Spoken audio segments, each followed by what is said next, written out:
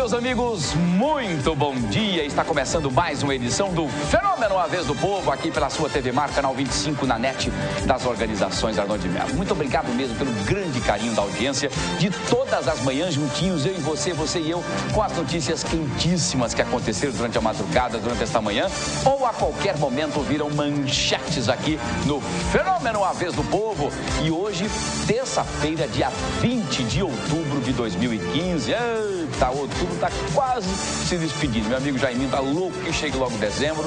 Meu amigo DJ Jaiminho está aqui já louco que chegue dezembro, né, Jaiminho? Já para poder começar a fazer as festas, os réveillons, ganhar dinheiro, ir para a Europa depois, tudo bem. Muito bem. E sem perder tempo, vamos direto às manchetes de hoje aqui do Fenômeno. Buraco em Jacarecica tem tirado o sossego dos motoristas e moradores da região. Os telespectadores pediram, nós vamos mostrar daqui a pouquinho aqui no Fenômeno. E o Exame Nacional do Ensino Médio, o Enem, acontece neste final de semana. Nós vamos saber como estão, inclusive, os preparativos dos estudantes para as provas. Muito nervosismo, muita ansiedade. Vamos saber os detalhes aqui no Fenômeno. E a Justiça Federal retirou a exigência de habilitação para conduzir as cinquentinhas. Eu falei até em primeira mão aqui ontem no programa. Vamos saber como o Detran deve agir agora para coibir os excessos cometidos por esses motoristas. Ele vai falar sobre as propostas e expectativas para o pleito que ocorre também no dia 27 de outubro, né? Enfim. Bom, acho que essa notícia aqui não tem nada a ver, né? Estava aqui, mas não tem nada a ver. Eu li aqui, mas não tem nada a ver. Eu li com tudo, mas não tem nada a ver. Quer ver, ó? A Justiça Federal retirou a exigência de habilitação para conduzir cinquentinhas. Aí eu sei. Vamos saber como o Detran deve agir agora para coibir justamente os excessos cometidos por esses motoristas. Aí aqui tem assim, ela vai falar das propostas e expectativas para o pleito que ocorre no dia 27 de outubro. Vamos saber também, eu também estou curioso. Muito bem. Tiroteio no hospital Elvio Alto, gente. Foi agora pela manhã, um absurdo, né? Tentativa de assalto que termina, inclusive, com um segurança baleado. Nossa produtora chega correndo, desesperada. Pois não, não estou te ouvindo, tá? Não estou te ouvindo. Não estou ouvindo nada. Estou sem ouvir nada.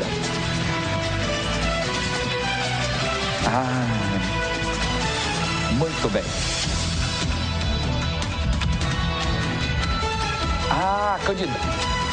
A candidata Raquel Rocha, que é candidata a reitora da Universidade Federal, vai falar das propostas e expectativas para o pleito que ocorre no dia 27 de outubro. Agora sim! Muito bem, minha querida Lairinha. Pois é, por conta justamente das informações que chegam rapidamente e viram manchetes, o tiroteio que aconteceu agora pela manhã no Elvio Alto acabou deixando nossa produção bastante nervosa para resolver e trazer as informações para vocês, tá bom? Aqui em nossos estúdios, a candidata a reitora da Universidade Federal de Alagoas, a jornalista Raquel Rocha, que está aqui e vai conversar com a gente e falar detalhes, inclusive, de propostas e expectativas para o pleito que ocorre no próximo dia 27 de outubro, tá bom? Muito bem, com essas manchetes e muito mais, o Fenômeno A Vez do Povo está no ar.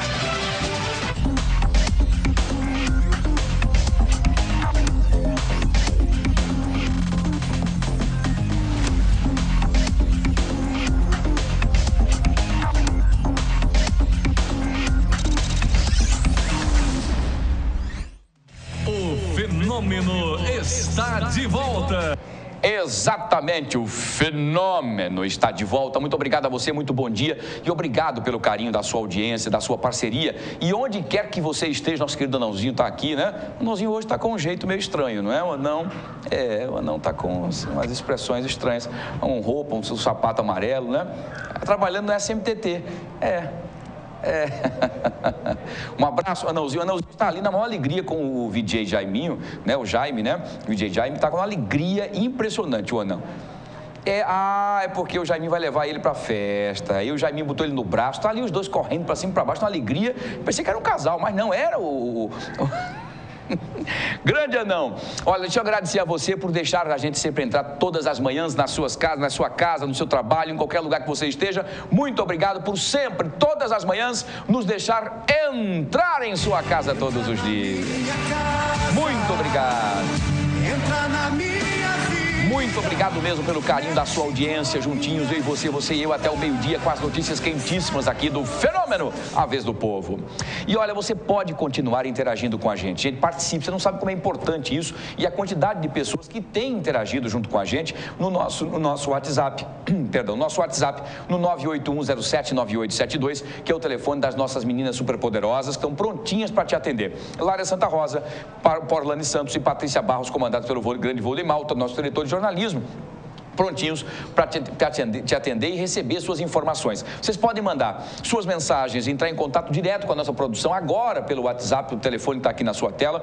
Pode também mandar suas imagens, vídeos, fotos, enfim, e participar junto com a gente. Você sabe que sempre que o telespectador manda ou pede que se faça alguma pauta, nós vamos sempre trazer aqui as informações para você. Pra vocês terem ideia, nós recebemos ligações de telespectadores falando sobre aquela feirinha aqui da Jatiuca, não é? Aquela feirinha que nos finais de semana fica uma coisa complicada, não pela feira, porque aquela rua continua aberta aos veículos. E aí causa uma coisa horrorosa, podendo causar acidentes, né? Enfim, atropelamentos nos carros que estão passando por ali. Então será um grande pleito e um pedido de um telespectador que seja pedido, e vou fazer esse requerimento da entrada hoje na Câmara de Vereadores, inclusive pedindo e solicitando que a SMTT, nos finais de semana, interdite aquela rua onde fica a feirinha, deixando somente para a feira, pelo menos nos finais de semana. Importante e obrigado pela interação dos telespectadores. E olha, você pode também entrar em contato conosco, você pode falar com o nosso telefone do povo, o 3377-9097. Dona Magnólia está prontinha para te atender, sempre para trazer as suas informações, para você entrar ao vivo, fazer suas perguntas ao vivo também aqui no nosso programa, aos nossos entrevistados. Tem mais uma ferramenta de interação entre eu e você e eu, tá? Quer ser o nosso repórter cidadão? Também é muito fácil. Basta baixar o aplicativo Skype no seu celular, no seu Android, no seu iOS, no seu tablet, enfim, no seu iPad, e baixar Skype e colocar TV Mar. Colocou TV Mar, você já está em contato direto com a nossa direção de TV e tem prioridade de passar as informações ao vivo comigo aqui, com áudio, com som e imagem, na hora em que estiver acontecendo na sua rua, na sua comunidade, no seu bairro. Façam isso porque, afinal de contas, este programa é feito para você, por você e com você. Então participe e sejam bem-vindos sempre. E olha, sem perder tempo, direto à notícia. Um vídeo que tem circulado, inclusive, nas redes sociais, deverá ser utilizado como uma prova para a morte do Tiago dos Santos, de 27 anos, que, segundo familiares do jovem, ele foi espancado por militares do Batalhão de Polícia de Eventos na última sexta-feira. E ele acabou morrendo quando era socorrido para o Hospital Geral do Estado. A agressão teria ocorrido na rua que Tiago mora, após ele xingar os policiais. Nós temos as imagens das viaturas no local da ocorrência, um telespectador nos enviou isso ontem, nós apuramos com mais detalhes e vejam aí as imagens do momento em que há a abordagem da polícia. Vamos ouvir.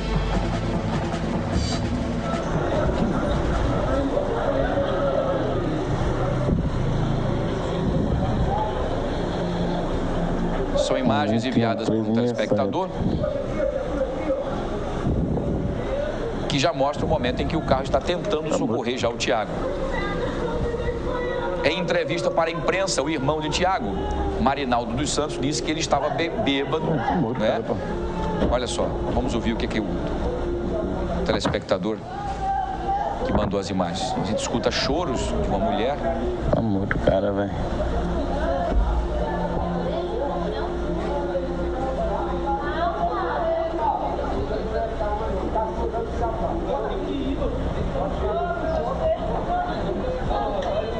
Tá até medo lá dentro, ele dá enfim os dois. Não.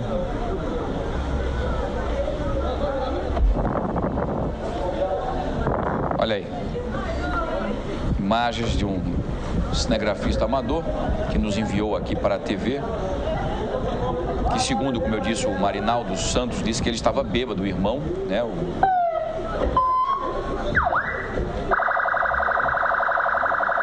irmão do Marinaldo, que é o Tiago.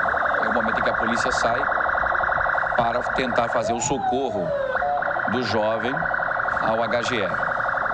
Segundo o próprio irmão, ele teria tido um desentendimento com a esposa e os dois acabaram discutindo no momento em que uma guarnição do BPE fazia uma ronda no local. tá?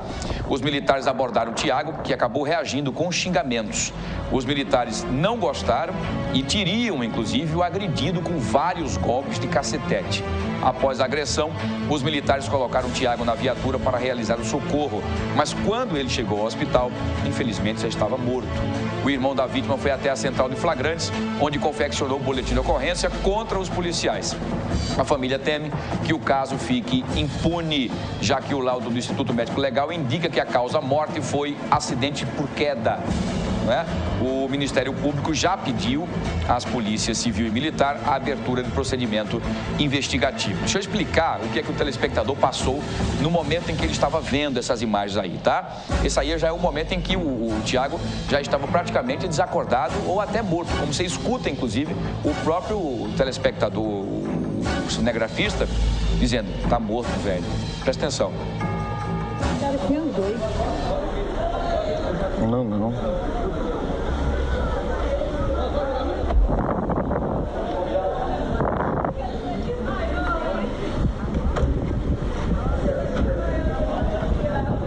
Enfim, esse é o momento em que a viatura acaba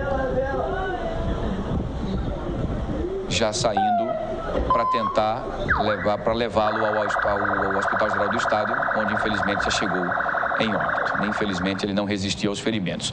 O que acontece é o seguinte, o Tiago, essa que foi aqui a vítima, estava bebendo quando sua esposa foi até onde ele estava e disse, Tiago, tá bom de beber, vamos para casa. Ele deu um tapinha nele assim no ombro, vamos para casa, tá bom.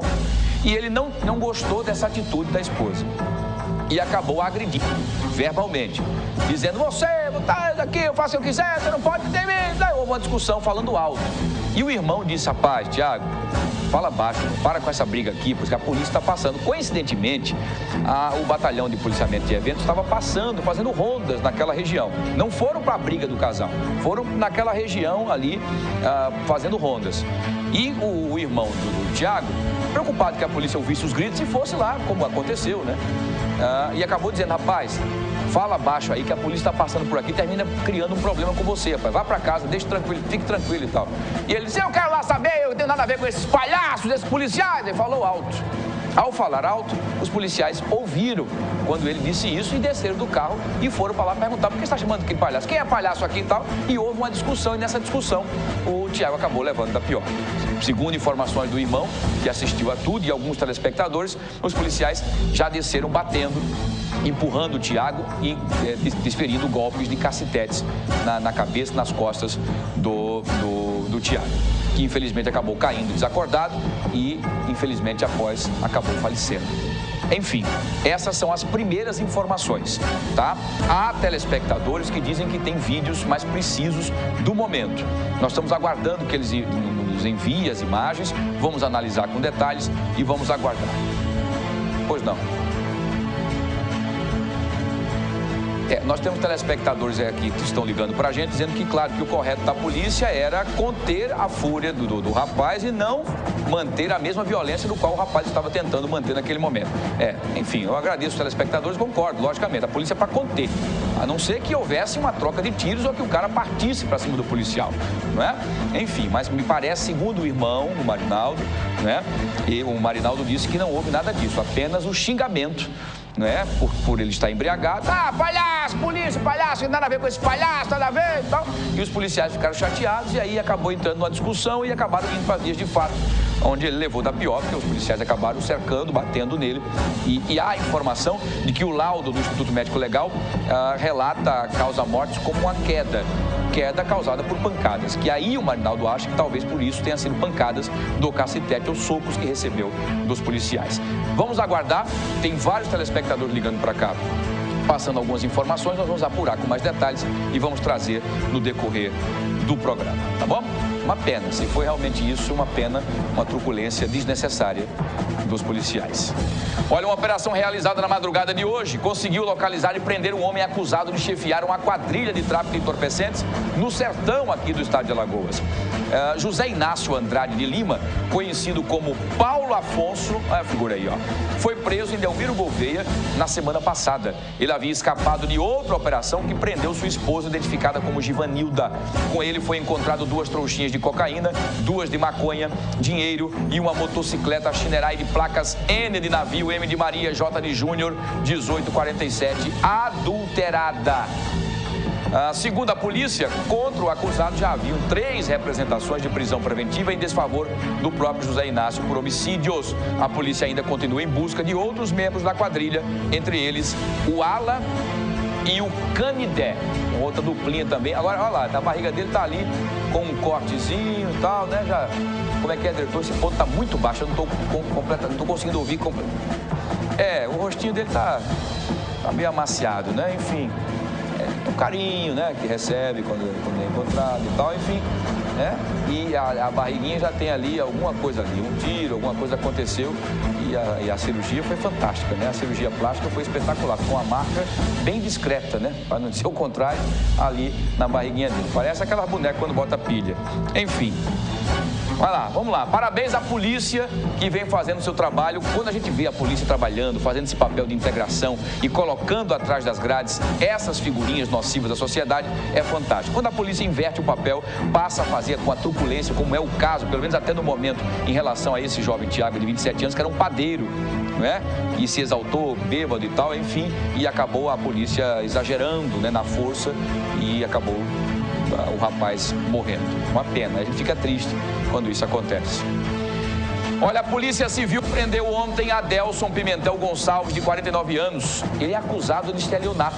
Olha o Adelson aí, ó. De acordo com agentes da asfixia, Adelson estava utilizando o nome de uma empresa franqueada sem nenhuma autorização para executar serviços e vender produtos de limpeza de telhas. No momento da prisão, o acusado estava dentro da sua loja, que ele montou para simular a franquia. Porém, a franquia é licenciada e representada no nome de outra pessoa, único autorizado para atuar, inclusive aqui no estado de Alagoas. Durante a abordagem, os agentes verificaram que, além do nome utilizado indevidamente, dentro da loja, possuíam inclusive folders e materiais com a marca da franquia, inclusive nas fardas, inclusive, dos funcionários, enganando assim os consumidores. A informação do golpe chegou ao conhecimento da Polícia Civil justamente através de uma denúncia, e uma equipe da asfixia se deslocou até o local para averiguar a situação da denúncia, e o preso acabou encaminhado para a Central de Flagrantes, onde foi autuado por estelionato. Fica ali próximo, essa empresa fica ali próxima do condomínio Aldebaran. É uma empresa que é franqueada, que apenas uma pessoa aqui no estado de Alagoas é o representante legal dessa empresa da franquia, que é aquela empresa que impermeabiliza telhas e limpa telhas também. Tá? Não vamos citar o nome, porque a franquia tem nada a ver com isso. E segundo informações, o Adelson utilizava dizendo que ele seria o representante dessa empresa também. Um dos representantes, algum funcionário, alguém deve ter passado e observado, e aí fez a denúncia dizendo, não, mas se eu sou o único, como é que o cara está usando aqui? Ligou para a franquia disse, não, somente você, só foi liberado para você. Só. Então tem alguém usando aí indevidamente o nome da franquia e rachando o mercado aí ilegalmente. Fez a denúncia e a polícia foi até lá e constatou realmente que a denúncia tinha fundamento. O estelionatário agora está preso. Olha, policiais da Força Nacional prenderam, inclusive ontem, Givanildo Bernardo da Silva Júnior, 20 anos, conhecido como o Juninho, acusado de homicídio. A prisão aconteceu em cumprimento de mandado de prisão, que foi expedido pela 8ª Vara Criminal da capital. Segundo informações policiais, esse Juninho, acusado, está envolvido, inclusive, no assassinato que vitimou Denivaldo Souza Félix da Silva, de 21 anos. Isso ocorreu no mês de maio. Nós mostramos aqui, lá no bairro da cidade universitária. Vê que aí ele está chorando, o Juninho, nesse momento, né? Chorando, agora. Agora, com a arma na mão, Juninho é um bicho. Arma na mão, com 3, 4 parceiros, o Juninho é o cara, entendeu? Cara sisuda, meu irmão, deita aí, qual é? Pá, pá, isso aí, meu irmão, bota pra quebrar. Agora, sem a arma, preso pela polícia. Preso pela polícia.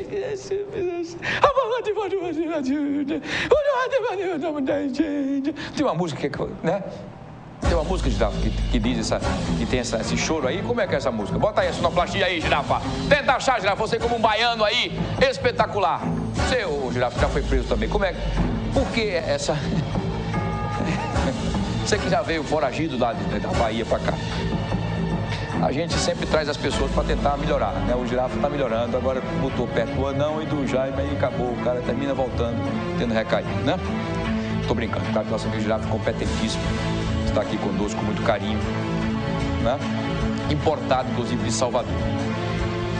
Gente, vamos fazer o seguinte, vamos pro intervalo comercial, para eu tomar uma aguinha, a garganta parece estar querendo ir embora de novo. Essas mudanças de temperatura não é fácil, né? Ainda mais um nariz como o meu, é a gripe, vai e volta, é um negócio de sofrimento. E olha, tô sabendo, mas vamos conversar aqui nós temos. Anãozinho voltou de férias, coloca a hora, Anãozinho, vamos trabalhar. Chegou, trabalhar. Passou esse tempo todo dia aí, 10 horas e 59 minutos. Ó, Anão, que não gosta de aparecer de jeito nenhum, né? Quando vê a câmera, corre, se esconde, porque tem 3, 4 pensões atrasadas. Enfim, resultado, tô sabendo que ele agora foi vítima do que ele apronta com as meninas. Levou. Eu conto daqui a pouquinho, depois do intervalo. Eu volto já.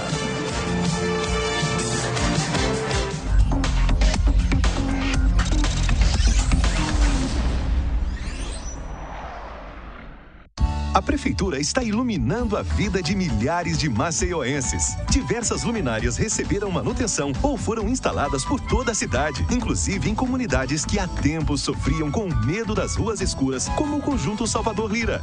Antes minha mãe não deixava eu jogar aqui, sabe? Porque era muito escuro. Com a iluminação nova, a segurança e a qualidade de vida só melhoraram e a população voltou a usar os espaços públicos, como praças e quadras esportivas. Meu filho hoje pode ficar na praça, eu não fico mais vigiando ele como antes. Diversos outros bairros, conjuntos, ruas e avenidas por toda Maceió também estão sendo beneficiados com uma iluminação de qualidade. Um trabalho da Superintendência Municipal de Energia e Iluminação Pública. A população também pode ajudar avisando de postes que precisam de manutenção. Ligue para o Disque Luz 0800 031 9055. A ligação é grátis. Iluminação, investimento da Prefeitura para um novo tempo em Maceió. O quanto a indústria é importante para o Brasil? Sem a indústria da moda, a gente não teria se encantado com elas. Sem a indústria automobilística, não teríamos tantos ídolos. Sem a indústria médica, muitas vidas não teriam sido salvas. A indústria química é a base de todas essas indústrias. A Braskem tem orgulho de ajudar a produzir um país tão forte quanto o seu povo. Braskem, estratégica para o Brasil, inovadora para o mundo.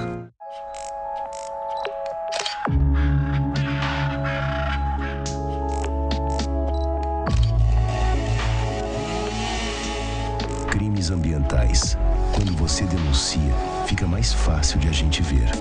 Baixe o novo aplicativo IMA Denuncie e ajude a combater com sigilo absoluto os crimes ambientais no estado. IMA e Governo de Alagoas. Trabalhando sério, a gente chega lá.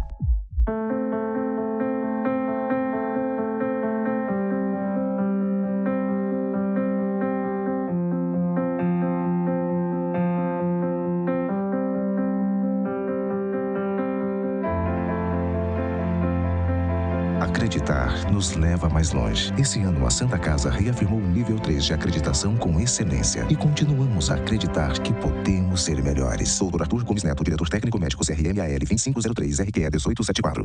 Hoje em dia, a gente compartilha tudo. As fotos do fim de semana, aquele vídeo engraçado e até declarações de amor. Chegou a hora de compartilhar algo bem mais importante. Vida. Os estoques dos bancos de sangue estão em baixa. Vá ao Hemocentro mais próximo e mostre sua solidariedade. Doe sangue, compartilhe vida. Uma campanha do Hemoar Maceió e Hemoar Arapiraca. Secretaria de Estado da Saúde, Governo de Alagoas. Fazer o bem é oferecer um novo App Vida a você todos os dias. Por isso, a nossa rede de atendimento não para de crescer. São investimentos constantes em infraestrutura e equipamentos de ponta. Tudo para que serviços exclusivos estejam à sua disposição, como monitoramento do tempo de espera e histórico médico eletrônico. Porque você é o maior bem do App Vida.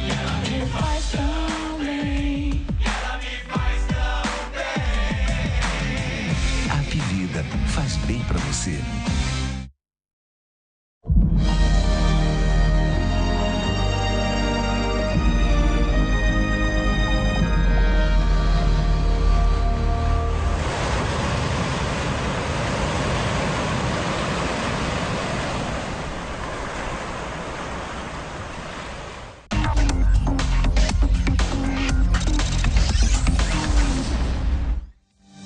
Estamos de volta com um Fenômeno, a vez do povo, aqui pela sua TV Mar, canal 25 na NET.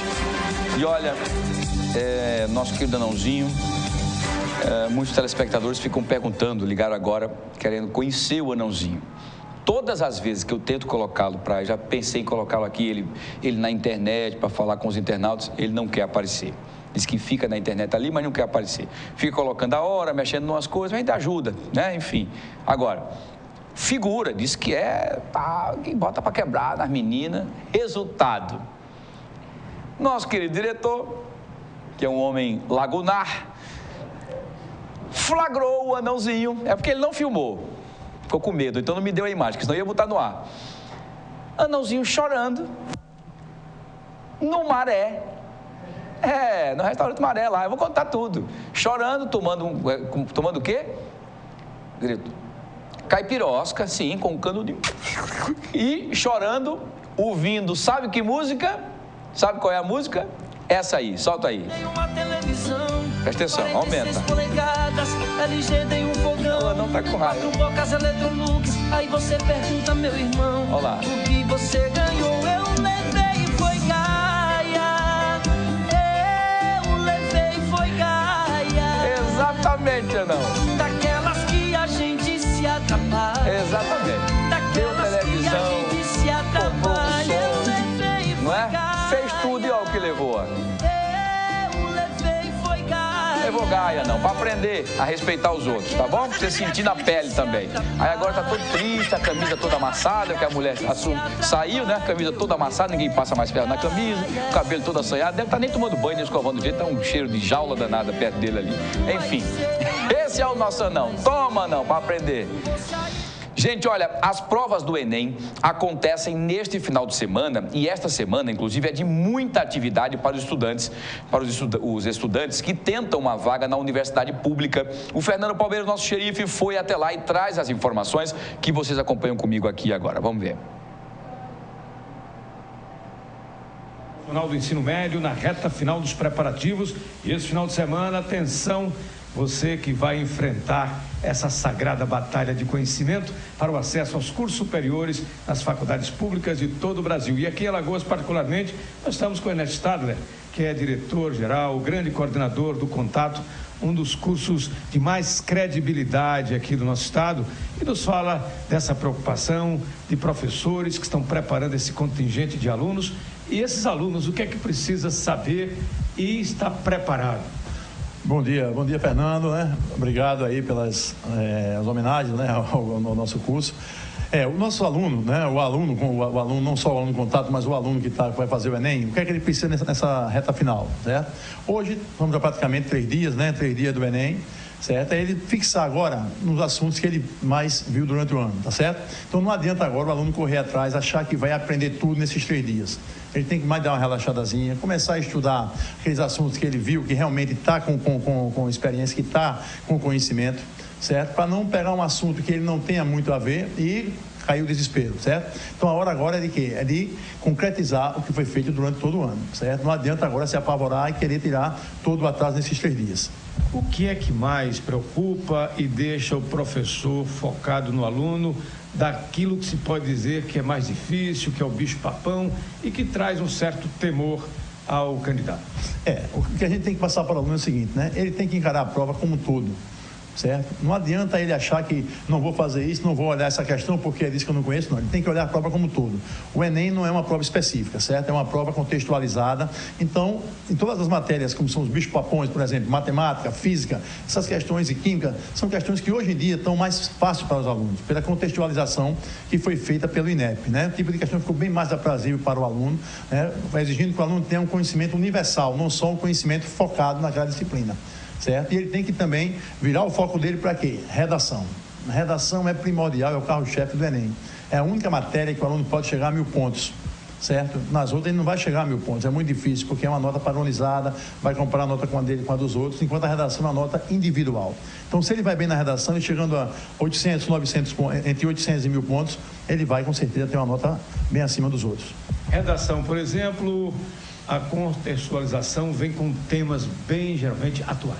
Exatamente, né? Como eu já falei, além das questões contextualizadas, o tema de redação ele sempre traz um tema atual, né? Pode trazer, por exemplo, né, a maioridade penal, né, que foi discutida bastante nesse ano, certo? O consumismo, que é uma coisa que está em moda aí, principalmente na idade desses garotos que estão fazendo o Enem. Então, tudo isso são temas que o aluno tem que dar uma olhadinha agora no final, né, para dar uma relembrada geral e, ao receber aquele tema, verificar o que realmente ele está pedindo, para não fugir do foco. Isso aí é muito importante. O aluno não pode fugir do tema, senão é eliminado do concurso, certo? Ele lê o tema e começa a escrever devagarzinho, com certeza vai fluindo na hora. Estou esperando uma prova um pouco mais elaborada, mas a gente teve a melhor preparação aqui e eu espero que dê tudo certo.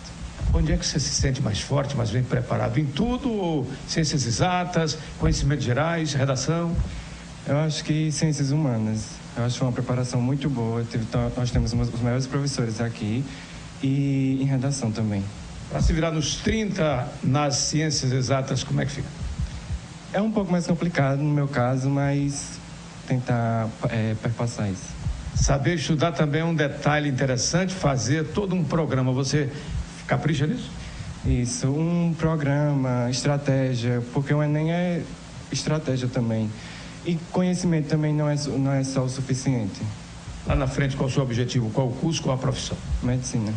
De disciplinas que para muitos mais fácil, os outros mais difícil, mas é importante encarar como se tudo fosse natural, leve na leveza de quem vai fazer uma prova sem estresse, sem tensões e, acima de tudo, a pontualidade. Não espere para meio-dia, 11 horas ou antes esteja lá, mas antes ainda vá checar o local específico de onde você vai fazer sua prova.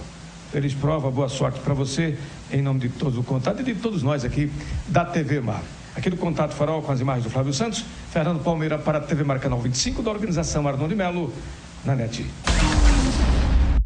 Muito bem, meu querido Fernando Palmeira, parabéns aí ao grande professor também, e aí os alunos que ficam nessa ansiedade, né? Não é fácil, né? Você ser avaliado houve essa movimentação durante meses, não é?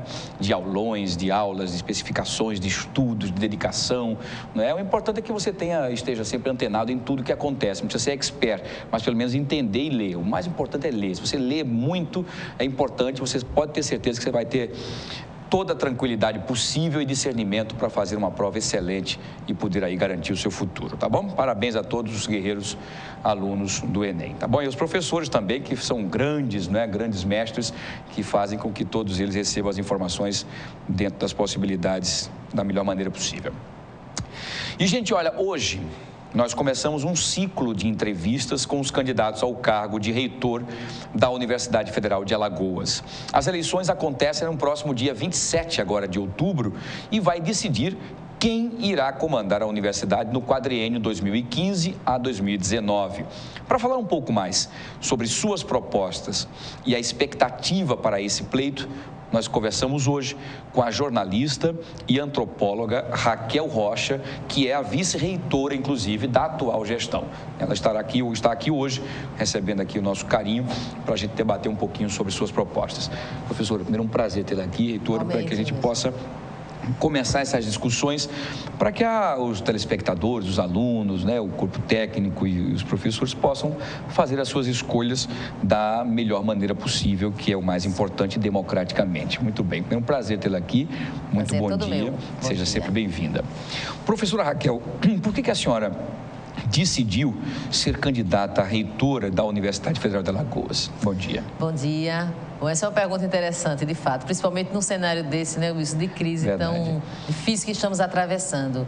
E, de fato, eu refleti bastante, né, diante desse convite, mas nós temos o apoio, né, e o interesse de um grupo muito expressivo de professores, de técnicos, de estudantes que compõem a nossa instituição, que defendem um projeto de universidade, e é em nome desse grande grupo, para você ter uma ideia, nós somos 24 diretores acadêmicos em toda a nossa universidade, incluindo aí os campi do interior, e desses 24, 19 abraçam esse projeto e ajudaram firmemente a construí-lo. Então, é em nome desse coletivo que nós aceitamos, então, esse desafio. Muito bem. Além da senhora, a chapa é composta por quantos membros e quem são eles, para que os telespectadores inicialmente, possam conhecer? a chapa ela é composta pelo candidato a reitor e o candidato a vice-reitor.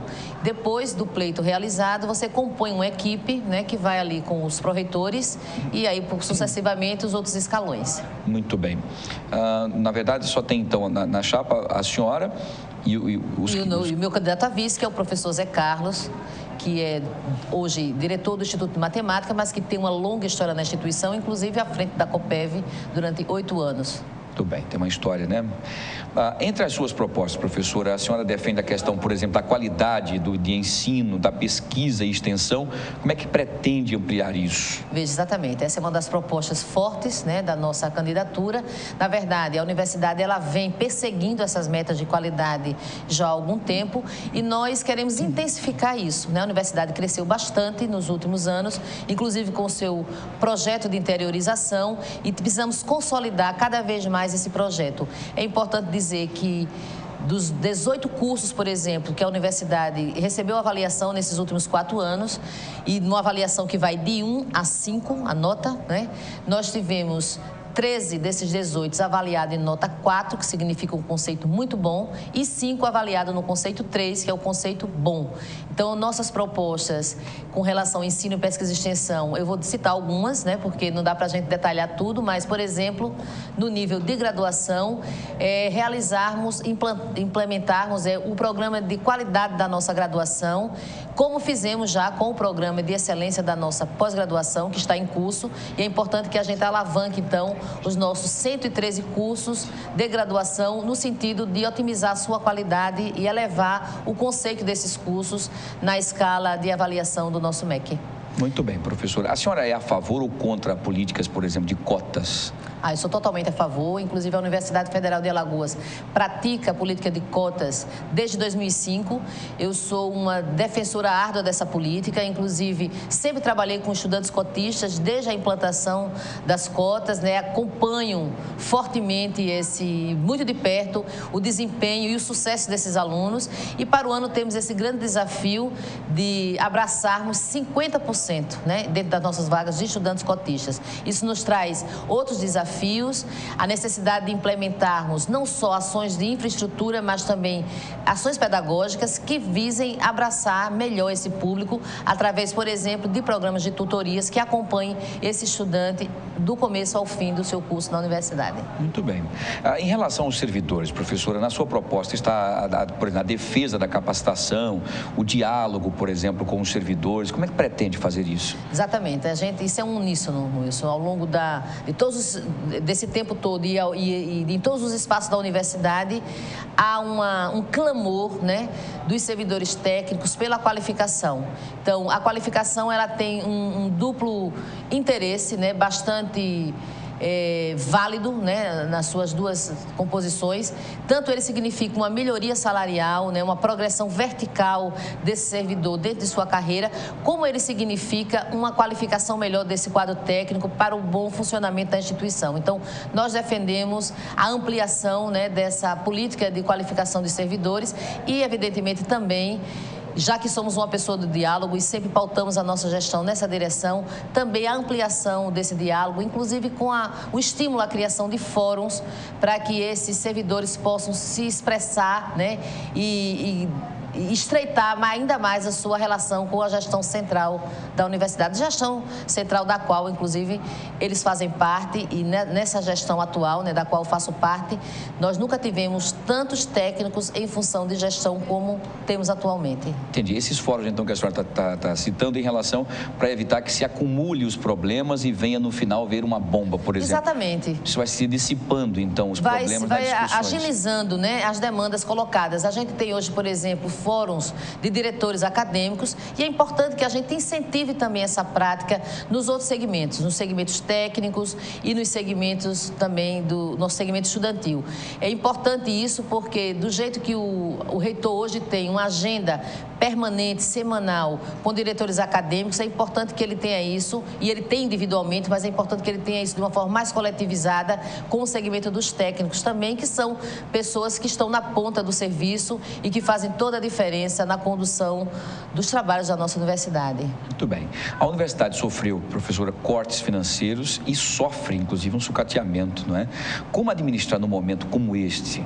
Isso é uma grande questão, de fato. Um grande desafio, né? Um grande desafio. Nós estamos sofrendo isso contingenciamentos e cortes orçamentários desde meados do ano passado. Para você ter uma ideia da magnitude desses cortes, nós tivemos na nossa verba de capital, que significa a verba de investimento em obras, em aquisição de material permanente, cortes da natureza de 50%. Né? Então, isso é um quadro bastante preocupante, mas acredito que uma gestão com muita proatividade, com muita capacidade de diálogo e de buscar recursos junto ao governo federal em pastas que não sejam somente o MEC, né, em recursos extra-orçamentários, pode fazer uma grande diferença nesse momento. Isso é um exemplo que eu dou concreto já, porque já fazemos isso. Por exemplo, tivemos condições de captar de forma extra-orçamentária 26 milhões para a construção do nosso complexo poliesportivo, verba que conseguimos junto ao Ministério dos Esportes. E eu acho que é nessa direção que a nova gestão ela deve atuar para compensar minimamente esse cenário de grande dificuldade financeira que estamos atravessando. Muito bem. Em relação à segurança, professora, como melhorar esse quesito, por exemplo, que tanto preocupa a comunidade acadêmica? A segurança, na forma geral, do país vem passando por momentos terríveis, né? Sim. Por conta do abismo social e muito mais. Mas dentro do campus tem tido situações bastante complicadas, não é? É verdade. Como é que vai ser feito isso, essa preocupação com a comunidade acadêmica, a segurança para os alunos? Veja só, nós acreditamos que temos que enfrentar a questão da segurança de múltiplas formas, né? A segurança não é um elemento, não é uma situação que você possa atacar de uma única maneira. Então, já há ações bastante concretas na atual gestão e que devem ser amplificadas na próxima. Uma delas, né, que está na nossa proposta de trabalho é a implantação do projeto Circula Campus. Esse é um projeto desenvolvido que já está formatado entre a Universidade Federal de Alagoas e a SMTT, que conta com a parceria também dos empresários do setor de transporte, para que a gente crie um terminal ali na frente da universidade, que os ônibus de linha eles possam parar ali e a partir dali, quem ingressa na universidade apanha um outro ônibus, que é o Circula Campus, nos modos de uma integração. Ótimo. Onde gratuitamente faz o transporte interno e ali permite o deslocamento não só da comunidade universitária, mas eventualmente de pessoas que usam também a estrutura da UFAL, nos correios, nos bancos, que são pessoas ali da comunidade, da nossa creche, que possam se locomover ali. Isso já diminui grandemente o fluxo de pessoas que não tenham, vamos dizer, o que fazer dentro da universidade, né? Além disso, com a finalização da nossa subestação de energia elétrica, que já está realmente nos finalmente, já fizemos toda a parte inclusive, que cabe à Universidade Federal de Alagoas, o que está agora precisando ser feito, aguardando uma licença ali da Infraero, porque estamos muito próximo do aeroporto, então a fiação, ela precisa dessa autorização. Essa subestação vai nos dar uma autonomia de eletricidade, uma energia mais limpa e que vai possibilitar a gente iluminar melhor o nosso campus também. Hoje a gente vive no limite da rede elétrica, né, e essa iniciativa, né, que está sendo finalizada, ela além de proporcionar essa energia limpa e uma subestação exclusiva para a universidade, ela vai nos proporcionar uma economia da ordem de 30% na nossa tarifa e vai liberar a rede hoje utilizada para a UFAL para toda aquela região do Tabuleiro, que é uma região também estrangulada nesse serviço, né? Então, essa é uma ação também. Diminuímos também o perímetro da universidade já. Passamos uma cerca, diminuindo a área que... puxando assim a área que está construída para a área de vigilância. A área onde tem a movimentação. Exatamente. E a outra área que fica um pouco mais erma. Que fica ainda, né, ainda está uma área que não está habitada. Então, isso facilita também a nossa vigilância interna, porque o perímetro diminui. E temos ouvido muitas sugestões que pretendemos implementar mediante estudo que é necessário fazer, que é de colocar um vigilante em cada bloco da universidade. Uma pessoa ali fixa. Ótimo. No período de 7 às 11 da noite e após isso a vigilância motorizada. Né? Então, a gente tem ouvido muito isso nas andanças que a gente faz, nas oitivas que a gente faz durante esse processo de campanha. E essa deve ser também mais uma ação a ser adotada ao término do contrato, né? Que temos um contrato com a vigilância, é um serviço terceirizado. E aí podemos fazer, de fato, alterações nesse contrato e possibilitar um novo desenho da movimentação desses seguranças dentro do nosso campus. Professora, o que a comunidade acadêmica pode esperar da sua gestão quando eleita? Bom, ele pode ter grandes e boas expectativas, com toda certeza, né? Primeiro, a nossa energia, a nossa capacidade de trabalho, a nossa dedicação, o nosso amor à instituição, né? Que é patente, que todo mundo conhece. Pode esperar a configuração de uma equipe escolhida a dedo pela sua competência técnica, que é extremamente importante isso, a pessoa certa no lugar certo, né? particularmente, isso é sempre importante numa instituição, mas particularmente no momento de crise, onde a gente tem que otimizar recursos humanos e orçamentários. Então, pode esperar esse compromisso, né, de ter um perfil técnico que a gente conduzir melhor possível a nossa instituição. Pode esperar uma grande capacidade de diálogo, que é sempre o que pautou a nossa conduta, e um grande esforço no sentido de firmar parcerias e de buscar justamente esse diálogo mais intenso, não só com o governo federal, mas com a nossa bancada também alagoana, no sentido de atrair emendas para a nossa instituição. Isso tudo são maneiras que a gente acredita que serão extremamente importantes para conduzir a nossa instituição nesse momento, nesse cenário de crise que estamos atravessando e que não deve mudar tão rapidamente assim. É verdade. Professora, eu deixo então para a senhora finalizar com suas explicações finais, suas considerações finais, para que possa deixar para os telespectadores, para os seus eleitores também, em relação à sua futura, se assim acontecer, sua gestão como reitora. Bom, eu faria um apelo aqui à nossa comunidade universitária, né, que é composta por estudantes, professores e técnicos, que compareçam maciçamente no dia 27 ao nosso processo de consulta.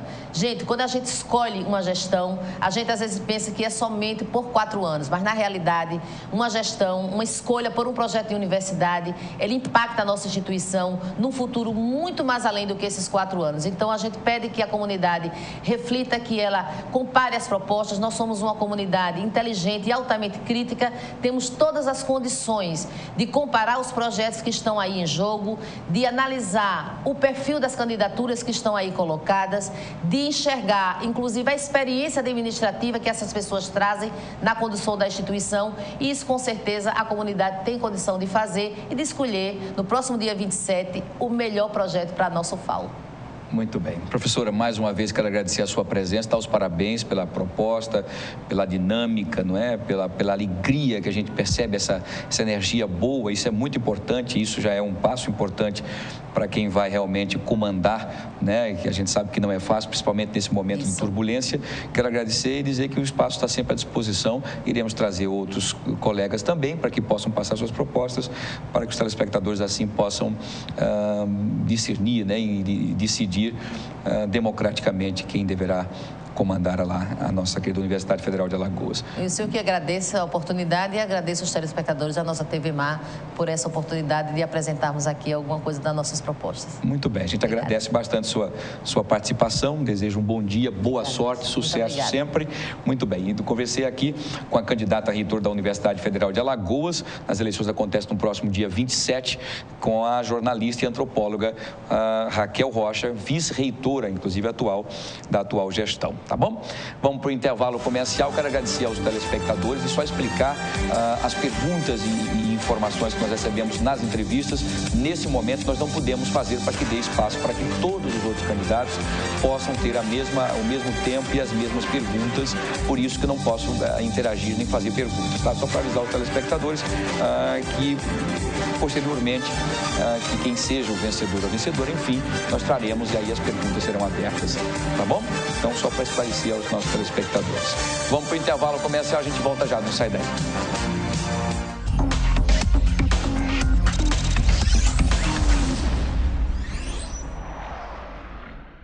A Prefeitura está iluminando a vida de milhares de maceioenses. Diversas luminárias receberam manutenção ou foram instaladas por toda a cidade, inclusive em comunidades que há tempos sofriam com medo das ruas escuras, como o Conjunto Salvador Lira. Antes minha mãe não deixava eu jogar aqui, sabe? Porque era muito escuro. Com a iluminação nova, a segurança e a qualidade de vida só melhoraram e a população voltou a usar os espaços públicos, como praças e quadras esportivas. Meu filho hoje pode ficar na praça, eu não fico mais vigiando ele como antes. Diversos outros bairros, conjuntos, ruas e avenidas por toda Maceió também estão sendo beneficiados com uma iluminação de qualidade. Um trabalho da Superintendência Municipal de Energia e Iluminação Pública. A população também pode ajudar avisando de postes que precisam de manutenção. Ligue para o Disque Luz 0800 031 9055. A ligação é grátis. Iluminação, investimento da Prefeitura para um novo tempo em Maceió. O quanto a indústria é importante para o Brasil? Sem a indústria da moda, a gente não teria se encantado com elas. Sem a indústria automobilística, não teríamos tantos ídolos. Sem a indústria médica, muitas vidas não teriam sido salvas. A indústria química é a base de todas essas indústrias. A Braskem tem orgulho de ajudar a produzir um país tão forte quanto o seu povo. Braskem, estratégica para o Brasil, inovadora para o mundo.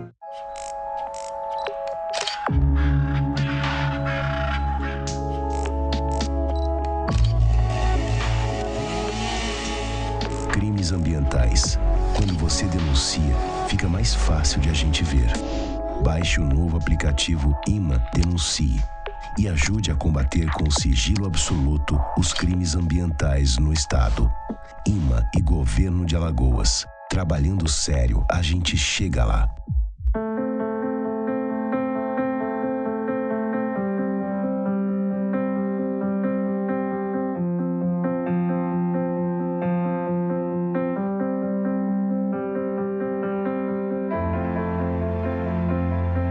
Acreditar nos leva mais longe. Esse ano, a Santa Casa reafirmou o nível 3 de acreditação com excelência e continuamos a acreditar que podemos ser melhores. Dr. Arthur Gomes Neto, diretor técnico médico CRMAL 2503 RQE 1874. Hoje em dia, a gente compartilha tudo. As fotos do fim de semana, aquele vídeo engraçado e até declarações de amor. Chegou a hora de compartilhar algo bem mais importante: vida. Os estoques dos bancos de sangue estão em baixa. Vá ao Hemocentro mais próximo e mostre sua solidariedade. Doe sangue, compartilhe vida. Uma campanha do Hemoar Maceió e Hemoar Arapiraca. Secretaria de Estado da Saúde, Governo de Alagoas. Fazer o bem é oferecer um novo App Vida a você todos os dias. Por isso, a nossa rede de atendimento não para de crescer. São investimentos constantes em infraestrutura e equipamentos de ponta. Tudo para que serviços exclusivos estejam à sua disposição, como monitoramento do tempo de espera e histórico médico eletrônico. Porque você é o maior bem do App Vida.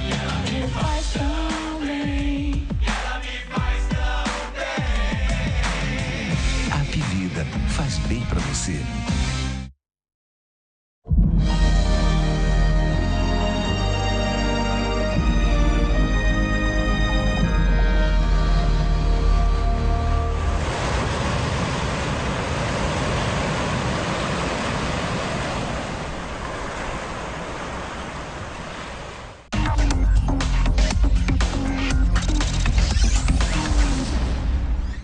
Pois é, estamos de volta com o Fenômeno A Vez do Povo, aqui pela sua TV Mar, canal 25, na net das organizações Arnon de Mello. Muito obrigado a todos pelo grande carinho da audiência. Vamos ver se a gente consegue ver aqui essa tapadeira, não é? Não. Muito bem. Olha, atenção motoristas, vocês que passam lá por Jacarecica, precisam ter muito cuidado redobrado. Na entrada do conjunto Jacarecica, um buraco enorme se formou e tem preocupado a quem passa pela região, tanto os motoristas como também os pedestres, ciclistas, motoristas, enfim, todos na forma em geral. Fernando Palmeiro, nosso xerife, foi até lá e traz as informações que vocês acompanham comigo aqui agora. Vamos ver. Conjunto Jacarecica, Rua José Milton Correia, aqui é o início da L101 Norte. Olha só a cratera que se abriu aqui. O povo já colocou essa árvore, não para ornamentação do Natal, não. É para dizer que aqui existe um buraco profundo e lá embaixo tem uma grande erosão e aqui o comprometimento da estrutura do piso, do asfalto, já cedendo gradativamente. Aqui não resiste a um peso maior do que um carro de pequeno tamanho e de peso menor. Aqui um ônibus, um autocarga, se colocar a roda aqui nas imediações desse buraco, que tem uma panela embaixo, com certeza vai desabar isso aqui e o buraco vai ceder com a possibilidade do veículo ficar aqui impedido de continuar a sua viagem. E aqui a gente chama a atenção do pessoal da infraestrutura, também da Casal, porque ao certo não sabemos se essa erosão é de águas pluviais ou problemas do esgotamento sanitário da cidade. Aqui fica a rua Fiscal Vera de Melo Queiroz, também com a rua Jornalista José Milton Correia. E as imediações aqui exatamente nessa interseção do início da a L101 Norte. E aí a gente chama a atenção das autoridades, a infraestrutura do município, também das equipes da Casal, para definitivamente vir olhar esse buraco que embaixo já está todo corroído. E aqui na parte de cima, essa parte onde deu para ser colocado nas imagens aí do Flávio Santos, essa árvore para sinalizar para que os carros, principalmente os de peso maior, de tamanho maior, não venham colaborar para que haja um desabamento dessa parte do asfalto aqui nessa área de Maceió. Área habitacional, área de praia, mas acima de tudo a grande movimentação dos veículos que passam nessa região para o acesso à praia, ao conjunto e esses riscos dos quais a gente quer evitar, chamando a atenção das autoridades, da Prefeitura Municipal e Infraestrutura. E repetindo, Casal também é bom que venha olhar o que é que realmente está acontecendo aqui no conjunto Jacarecica, de onde falou Fernando Palmeira com as imagens do Flávio Santos, para a TV Maracanã 25 da organização Ardon de Melo, na NET. Muito bem, meu querido Fernando Palmeira e Flávio Santos aí mostrando esse buraco aí, que logicamente já foi totalmente ali colocado árvores, uma caixa, tá? Para que os moradores colocaram aqui. Moradores colocaram aquilo para sinalizar, para evitar que motorista desatento ao entrar ou passar na principal ou entrar naquela rua, acabassem sendo vítimas do buraco, causando acidentes e até, quem sabe aí, Deus o livre, uma situação mais grave, né? Enfim, então nós vamos entrar em contato agora com a assessoria de comunicação da Seminfra e também da Casal para saber de quem é a responsabilidade para que possa rapidamente ser resolvido. Todos os casos que nós colocamos aqui, nós vamos trazer a resposta, tá, dos órgãos competentes. Para vocês terem ideia, na semana passada, nós mostramos aqui uma cratera que havia sido formada lá na rua Saldanha da Gama, lá no bairro do Farol. E depois do nosso apelo, né, e nós entramos em contato com a Seminfra, as equipes da Secretaria de Infraestrutura foram, inclusive, até lá e já taparam o buraco, tá? Que deve ser, inclusive, recapeado ainda essa semana. Mas ainda bem próximo do local, a nossa equipe também acabou flagrando, vocês estão vendo as imagens. Esse foi o que nós mostramos semana passada, que já foi tapado, tá bom? Mas a nossa equipe acabou flagrando um outro buraco que também tem se formado, se tornado, inclusive, um risco para os motoristas que passam pela região. O outro buraco, esse aí nós cobramos, quero agradecer a Seminfra, que foi lá e já fez, aliás, a Casal já tapou, falta agora fazer o recapeamento, que é de obrigação da Casal, tá certo? É de obrigação da Casal fazer o recapeamento, porque é uma lei municipal que diz, ao consertar e quebrar, tá, mas como ele estava um buraco, agora ele foi tapado e falta agora só colocar o pavimento para que ele fique certinho como estava, deixando o asfalto sem nenhuma sequela, sem nenhum problema, tá bom? O buraco fica na esquina que dá acesso ali à ladeira Geraldo Melo, logo após a rua Saldanha da Gama, tá bom? É um outro buraco, esse aí já foi resolvido, né? Nós não temos, né, o Girafa, o outro buraco. Vamos tentar ver se a gente consegue achar. Entendi.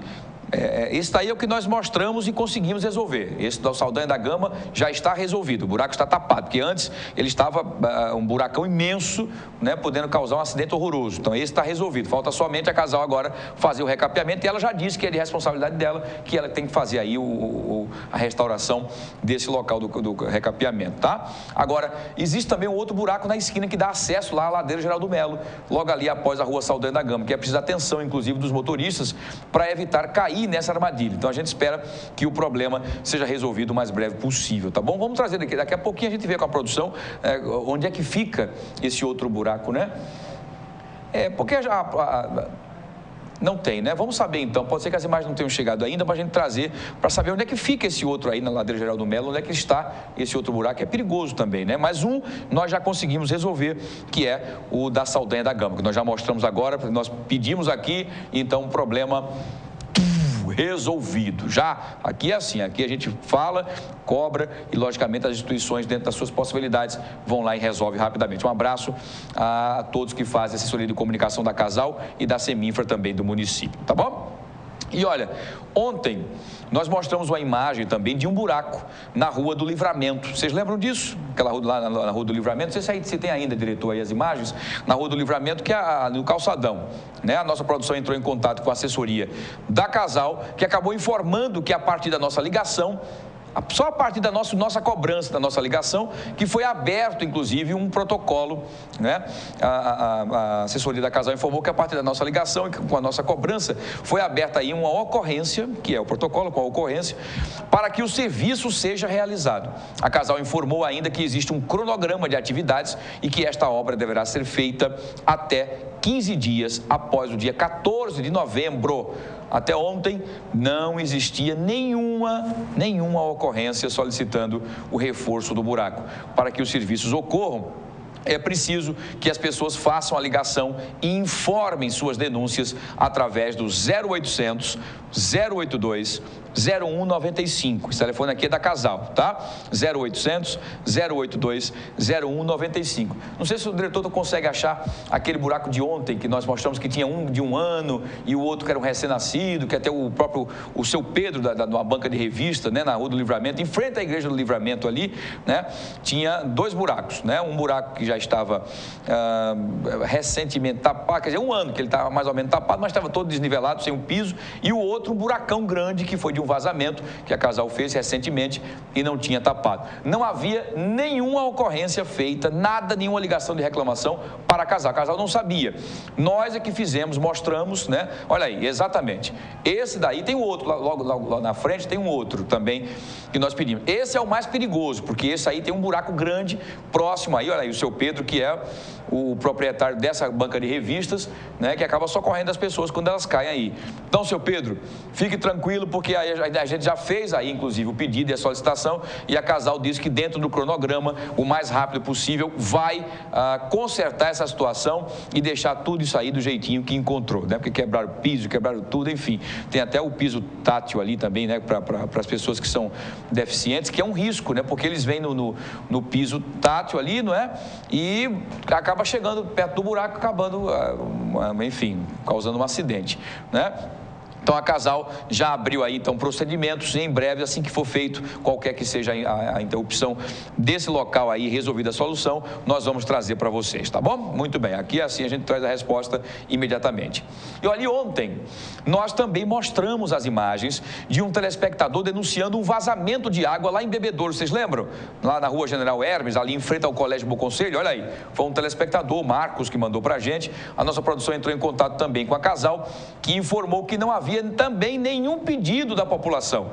Novamente, através da nossa ligação, foi aberto um processo de reparo que deverá ser feito em até 48 horas. Segundo a assessoria da Casal, o reparo deve acontecer no máximo até amanhã, quarta-feira, e nós vamos acompanhar e vamos aguardar, tá? Mais uma vez, a Casal informa que é preciso que a população entre em contato através do 0800 082 0195 para que esse vazamento seja consertado e posteriormente tapado e evite aí acidentes nessa região, tá bom? Então, assim estão dadas as respostas de todos os procedimentos e pedidos de telespectadores que mostram pra gente onde é que estão os buracos para que a gente possa resolver a situação, tá bom? Muito bem, a gente agradece a assessoria de comunicação da Casal e também da Semifra do município. Olha, o Congresso tem 2 pesos e 2 medidas ao tratar a crise política e econômica. 2 personagens, Eduardo Cunha e Arthur Lira, mostram bem este Brasil das ruas e dos porões. Vamos saber na coluna No Ponto com Odilon Rios. Acompanhe.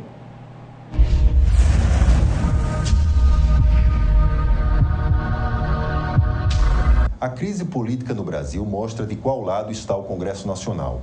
O governo Dilma pressiona pela aprovação da CPMF. O presidente da Câmara, Eduardo Cunha, lembra das manifestações pelas ruas e a rejeição do brasileiro por mais impostos. A CPMF, nas contas do Executivo, serve para cobrir um rombo de 30 bilhões de reais no orçamento e garantir mais 35 bilhões no próximo ano. Mas nas estranhas transações pelos bastidores do mesmo Congresso, os protestos nem são lembrados. Dizem os jornais que o presidente da Comissão de Constituição e Justiça, deputado Arthur Lira, quer um cargo na CBTU, companhia que é comandada pelo pai, o senador Bildo Lira. O ministro das Cidades, Gilberto Kassab, está na queda de braço. Daí Arthur trava a pauta do governo na Câmara em nome da política miúda. Ele segue a mesma escola de Eduardo Cunha, ter 2 pesos e 2 medidas. E o acordo é simples, O toma lá, dá cá. O abastecimento dos veículos com álcool no Brasil cresceu 46% de janeiro a setembro no país. Reflexo do valor da gasolina que puxa o aumento dos alimentos. Mas a oposição faz a sua briga particular contra o PT, sem criticar Joaquim Levy, representante por acaso dos bancos na era Dilma. Política miúda em nome dos miúdos do poder. E o Brasil das ruas é para o discurso de Cunha, ou até onde as teimosas contas da Suíça mostrem o estilo nababesco dele longe dos nossos olhares. Não dá para negar. Nossa classe política preserva o próprio umbigo e cria seu Brasil particular, com contas secretas em paraísos fiscais.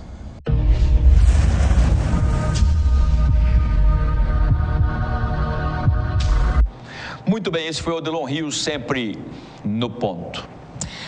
E, gente, olha, uma tentativa de assalto provocou correria e pânico nas dependências do Hospital Escola Elvio Alto, lá no Trapiche da Barra.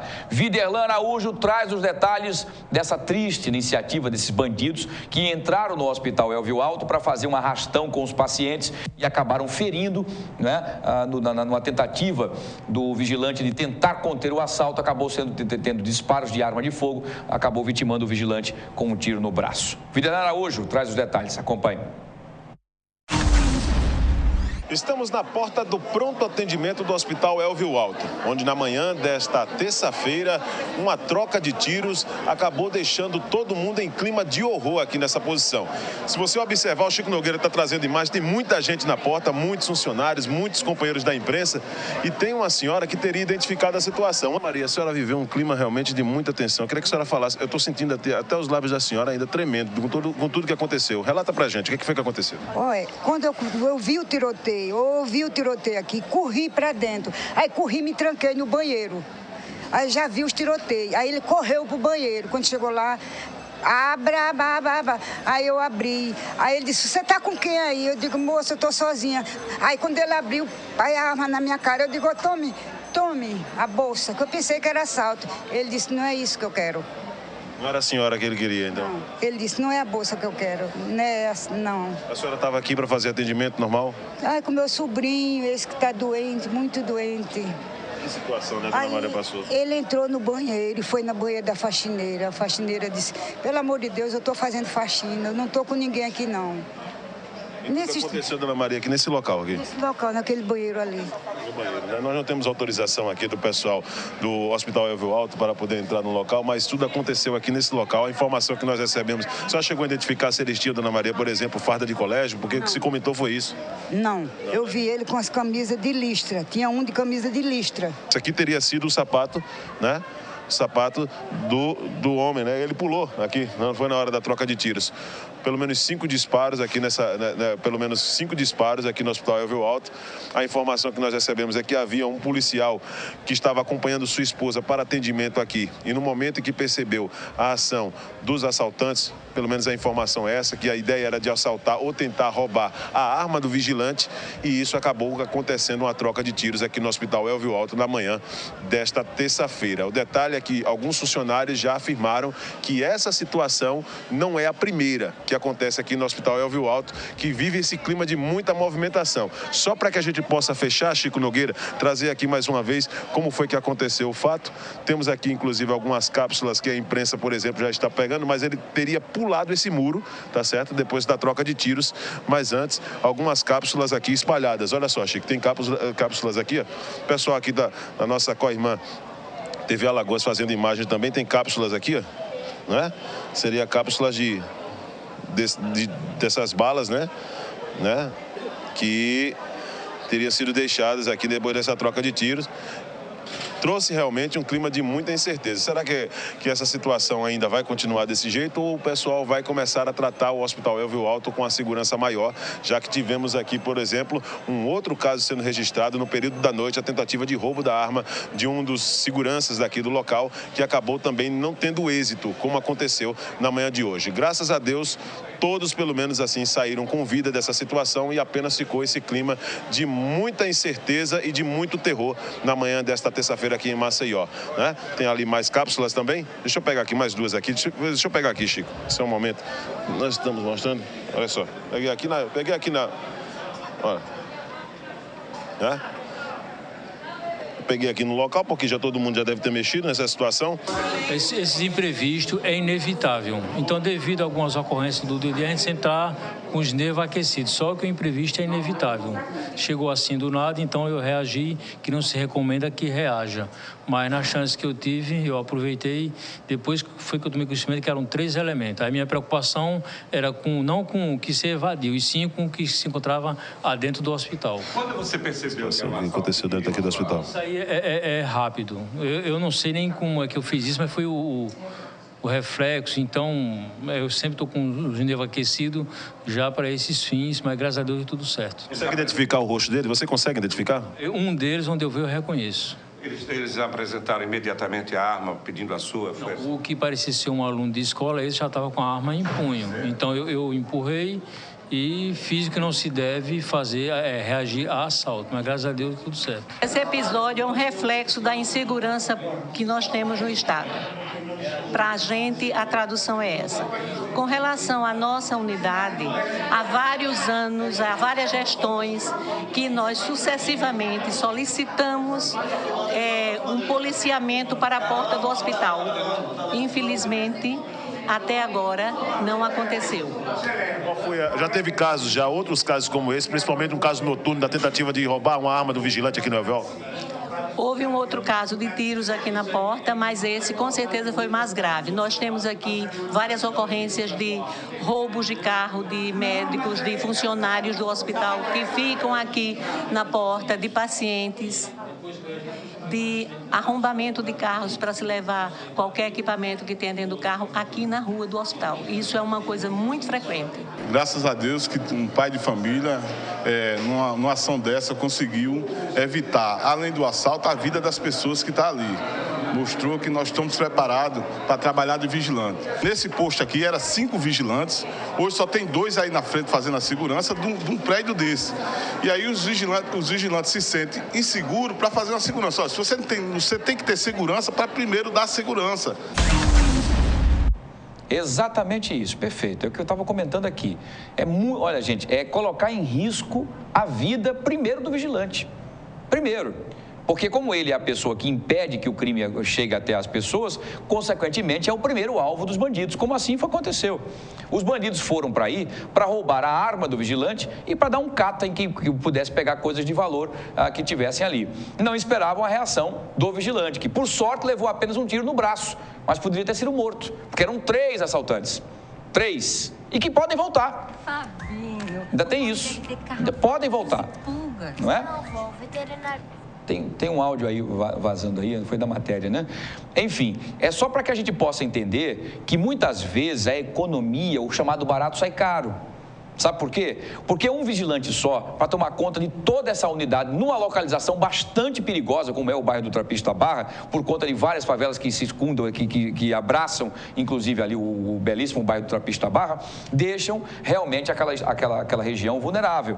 Então, no mínimo dos mínimos 2, para que um possa fazer a ponte para o outro. Mas o vigilante sozinho, esse cara foi um herói. Mas um herói, além disso tudo, como ele disse, no ímpeto, sabe, na emoção, ele acabou trocando tiros com os bandidos, colocando em risco a sua própria vida. Podia não estar aí nem contando a história. Então, tanto isso vale para os bancos. Tem bancos que colocam apenas 2 vigilantes. Banco imenso, 2 vigilantes. É risco. Risco para os vigilantes. Os bandidos não vão, se tem 2, o bandido bota 5. Então é preciso, gente, colocar primeiro a proteção para os vigilantes, para que daí eles possam defender melhor o patrimônio e as pessoas que ali frequentam. Então, mais uma vez, está aí a diretora explicando que não é a primeira vez, já houve troca de tiros na porta e dessa vez agora eles entraram. E vão voltar, não tenha dúvida disso. Vão dar um tempo e devem voltar com 5, 6 para pintar o 7. Se continuar com um vigilante de novo, a tendência é que a tragédia seja anunciada. É terrível. Vamos esperar que, felizmente se sensibilizem e consigam resolver a situação dos hospitais. Que não é fácil trabalhar com saúde, com a dificuldade que é, atendendo pessoas com problemas o tempo inteiro e ainda se preocupar com a sua segurança em relação aos vagabundos que invadem o local. Tá? Enfim. Gente, olha, a Justiça Federal retirou a exigência de habilitação para conduzir cinquentinhas. Essa decisão foi da 5ª Vara de Justiça Federal de Pernambuco e ela é válida para todo o Brasil, todo o país. E a partir de agora, como é que fica então a situação de Alagoas? Vamos saber então com Fernando Palmeira, que foi até lá o nosso xerife, para saber os detalhes que vocês acompanham comigo aqui agora. Vamos ver. Um abraço, meu caro Wilson Júnior, que bom estarmos ao vivo para você aqui direto da nova sede do Detran, que fica aqui na giratória da Polícia Rodoviária Federal. O Marcelo já sabe muito bem. Olha, uma novidade para aqueles condutores de motos de 50 cilindradas, cinquentinhas.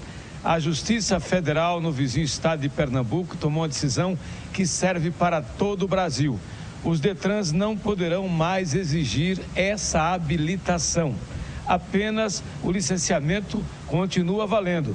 Mas nós estamos aqui para acolher maiores detalhes com o nosso José Williams, superintendente de operações do Detran AL, e ele nos fala sobre essa decisão da Justiça Federal em Pernambuco. Pois bem, é uma decisão em caráter liminar. Isso nos obriga, de certa forma, a não exigir a Carteira Nacional de Habilitação categoria A ou ACC. E assim, é decisão judicial, nós temos simplesmente que cumprir. Agora, salientando que o condutor do ciclomotor, ele tem por obrigação de pagar o licenciamento anual, se for um novo, de registrar o primeiro registro dele aqui e também de usar os equipamentos obrigatórios. Então, é bom salientar que os equipamentos são obrigatórios e que esse licenciamento, esse registro deverá ser feito aqui na sede. Então, ele pode transitar sem utilizar a CNH ou a ACC, porém, tem que regularizar a questão de documentos do veículo. Agora, o CONTRAN é responsável pela regulamentação nessa situação. Vai se prevalecer, pelo menos preliminarmente ou pela liminar, mas a expectativa é de que o CONTRAN, ele definitivamente regulamente toda essa situação. A ação foi movida pela Associação Nacional e está, de certa forma, direto à União, né, o Ministério da Cidade, e aí o Denatran, com certeza, deverá, com as suas câmaras temáticas, entrar, eu acredito, para rever isso aí. Você entende que o veículo ciclomotor, ele tem tanta responsabilidade no número de acidentes quanto a motocicleta. É um veículo de menor porte, é um veículo de fácil mobilidade, porém muito perigoso. E na mão de uma pessoa que não tem o mínimo de instrução ou o mínimo de capacidade, a gente está correndo um risco muito grande. Eu, obviamente, enquanto gestor, enquanto superintendente, entendo que é um risco muito grande a gente deixar aleatoriamente um instrumento que pode, de certa forma, causar problemas de ordem maiores. Então, assim, a gente tem que ter muita responsabilidade, obedecer o que, de certa forma, foi decidido, decisão judicial a gente não discute, cumpre, mas com muita preocupação. Agora, com relação ao emplacamento, ao licenciamento desse tipo de veículo? Olha, o licenciamento ele é obrigatório. Quando, do dia 31 de julho do corrente, foi, de certa forma, passada a responsabilidade do licenciamento para os estados, e aí nós assumimos a responsabilidade de regularizar.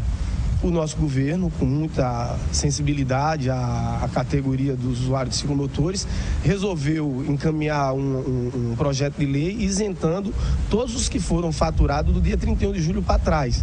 Mas para cá, todos têm a obrigatoriedade de pagar o licenciamento, pagar o primeiro emplacamento, seguro DPVAT e os demais impostos que é pertinente à utilização do veículo ciclomotor. Para aqueles condutores que no primeiro momento vieram até o Detran e ficaram regular, tiraram sua carteira para cinquentinha, ela vale para outras cilindradas? Exatamente. A categoria A, ela de certa forma contempla toda e qualquer categoria de motocicleta, de cilindrada, 125, 250, 1000, enfim. Então, assim, quem obteve a sua CNH não tem prejuízo nenhum, pelo contrário, está sendo, de certa forma, contemplado com o direito que lhe assiste, que é de conduzir legalmente, com habilitação, dando cabimento, obviamente, para que ele não tenha nenhum problema de ordem de fiscalização. Pois é, meu caro Wilson Júnior, você que nos assiste, você que está aí com a sua cinquentinha e preocupada em ter a habilitação, pelo menos nesse momento, tenha calma, não precisa mais vir até o Detran. Apenas se a sua moto é nova ou mesmo velha, não está emplacada, venha para fazer o emplacamento, porque não houve nenhuma decisão a respeito desse licenciamento, até por segurança do seu equipamento, segurança do seu patrimônio. Mas com relação à habilitação, por enquanto, está suspensa por essa determinação judicial da Justiça Federal em Pernambuco, que, como disse, vale para todo o Brasil. Meu caro Wilson Júnior, esse é o serviço que a gente presta aqui diretamente da sede do Detran, na parte alta da cidade de Taboleiros Martins. Então ele falou Fernando Palmeira com as imagens do Flávio Santos, para a nossa TV Mar Canal 25 da organização Arnon de Melo na NET, dentro da Vez do Povo, que segue com você, o Wilson. Muito bem, meu querido Fernando Palmeira, nosso 4G aqui das operadoras, péssimas. Obrigado aí ao vivo, lá direto do Detran, trazendo as informações aí, com todos os detalhes e as perguntas precisas, meu querido Fernando Palmeira, em relação a esse imbróglio, né, essa discussão bastante polêmica e complicada dos ciclomotores, né, das chamadas cinquentinhas. Quer dizer, desde julho que houve aquela isenção para as pessoas que já tinham adquirido as suas motocicletas 50 cilindradas, através do governo do estado, que mandou um anteprojeto pedindo que fosse, enfim, então todos podem rodar tranquilamente. Porém, a ACC ou a CNH tipo A, vocês agora não estão mais obrigados. Na questão dos ciclomotores, não tem mais obrigação, porque por um caráter liminar, né, através da Justiça Federal, lá de Pernambuco, que vale para o país inteiro, está suspenso até que se haja aí, alguém recorra e tudo mais, e vai continuar nessa quebra de braço até a gente tentar decidir o que é que vão fazer com os condutores dos ciclomotores. Vamos aguardar, mas está aí a explicação de todos os detalhes que nós trouxemos para vocês. O diretor, acabou por hoje? Acabou por hoje. Obrigado a vocês todos pelo carinho da audiência. Aqui assim a gente sempre traz as informações e traz as respostas e as soluções de todos os problemas que a gente tenta trazer e discutir aqui, tá bom? Ao telespectador, muito obrigado pelo carinho, pela confiança, pela credibilidade, pela paciência e pela audiência. E a gente volta a se encontrar amanhã, a partir das 10h30, aqui pela sua TV Mar, canal 25 na NET, tá bom? E já sabe, se tiver muitos amigos, eu faço parte deles. Mas se um dia tiver apenas um amigo, podem ter certeza que esse amigo sou eu. Fiquem todos com Deus, uma excelente tarde e a gente volta a se encontrar amanhã, se Deus quiser. Um beijo. Tchau, tchau.